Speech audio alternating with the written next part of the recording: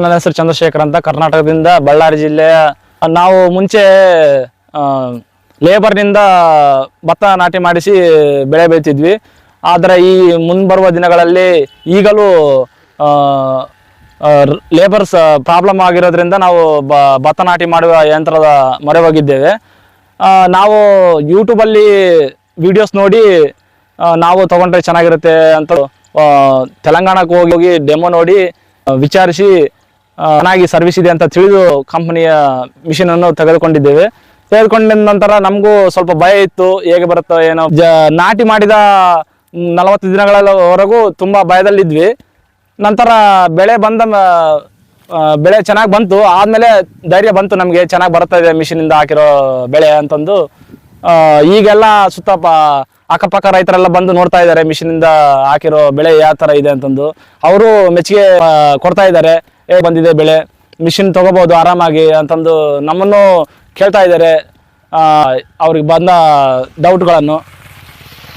Hello ಟ್ರಾನ್ಸ್ಪ್ಲಾಂಟರಿಂದ ಉಪಯೋಗ ಹೇಗಿದೆ ನಿಮಗೆ?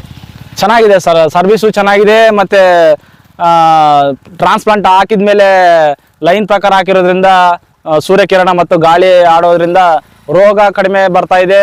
ಆಮೇಲೆ ಗೊಬ್ಬರನೂ ಕಡಿಮೆ ಹಾಕಿದ್ದೀವಿ. ಇದರಿಂದ ಟೈಮು ಸೇವ್ ಆಗುತ್ತೆ, ದುಡ್ಡು ಸೇವ್ ಆಗುತ್ತೆ, ಶ್ರಮನೂ ಸೇವ್ ಆಗುತ್ತೆ. ರೈತರು ತಗೋಬೋದಾ? ಆರಾಮಾಗಿ ಕಣ್ಮುಚ್ಕೊಂಡು ತಗೋಬೋದು. ನರ್ಸರಿ ಅಂದರೆ ಚೆನ್ನಾಗಿ ಹಾಕೊಂಡ್ಬಿಟ್ರೆ ಅದನ್ನು ಈಸಿ, ಆದರೆ ಚೆನ್ನಾಗಿ ಹಾಕೋಬೇಕು.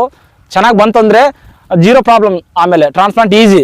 ರೈತರು ನರ್ಸರಿ ಹಾಕೋದು ಭಯ ಪಡ್ತಾರ ನಿಮ್ಮ ಏರಿಯಾದಲ್ಲಿ? ಹೌದು, ಭಯ ಪಡ್ತಾರೆ. ಯಾಕಂದ್ರೆ ಲೇಬರ್ ಹಾಕೋದು ನೆಲದಲ್ಲಿ ಚೆಲ್ಲೋದು, ಇದು ಪೇಪರ್ ಮೇಲೆ ಹಾಕ್ಬೇಕು, ಯಾವ ತರ ಬರುತ್ತೆ ಅಂತಂದು ಭಯ ಇರುತ್ತೆ.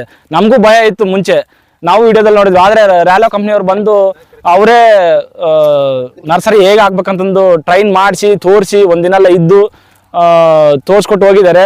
ಆಮೇಲೆ ಆರಾಮಾಗಿ ಹಾಕೊಂಡ್ವಿ, ಚೆನ್ನಾಗಿ ಬಂತು ನರ್ಸರಿ. ಆಮೇಲೆ ನಾಟಿನೂ ಚೆನ್ನಾಗಿ ಮಾಡಿದ್ವಿ.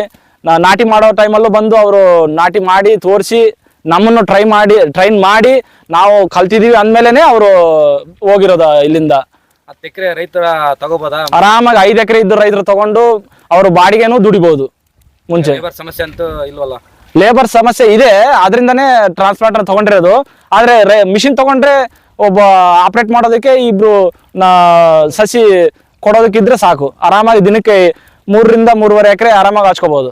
ನಿಮ್ಗೆ ಏನಾದ್ರು ರೈತರು ಕೇಳಿದ್ರ? ನಮ್ದು ಹೌದು ಕೇಳಿದ್ರು. ಆದ್ರೆ ನಾವು ನಮ್ಮ ಹತ್ರ ನರ್ಸರಿ ಇದ್ದಿಲ್ಲ, ಆದ್ರಿಂದ ಬೇರೆಯವ್ರಿಗೆ ಹಾಕೋಕ್ಕಾಗ್ಲಿಲ್ಲ. ಮುಂದಿನ ಬೆಳೆಯಲ್ಲಿ ನಾವು ಬೇರೆಯವರು ಕೇಳಿದ್ದಾರೆ, ಮುಂಚೆನೆ ನರ್ಸರಿ ಹಾಕೊಂಡು ಅವ್ರಿಗೂ ಟ್ರಾನ್ಸ್ಪ್ಲಾಂಟ್ ಮಾಡ್ಬೇಕಂತಂದು ಅನ್ಕೊಂಡಿದೀವಿ.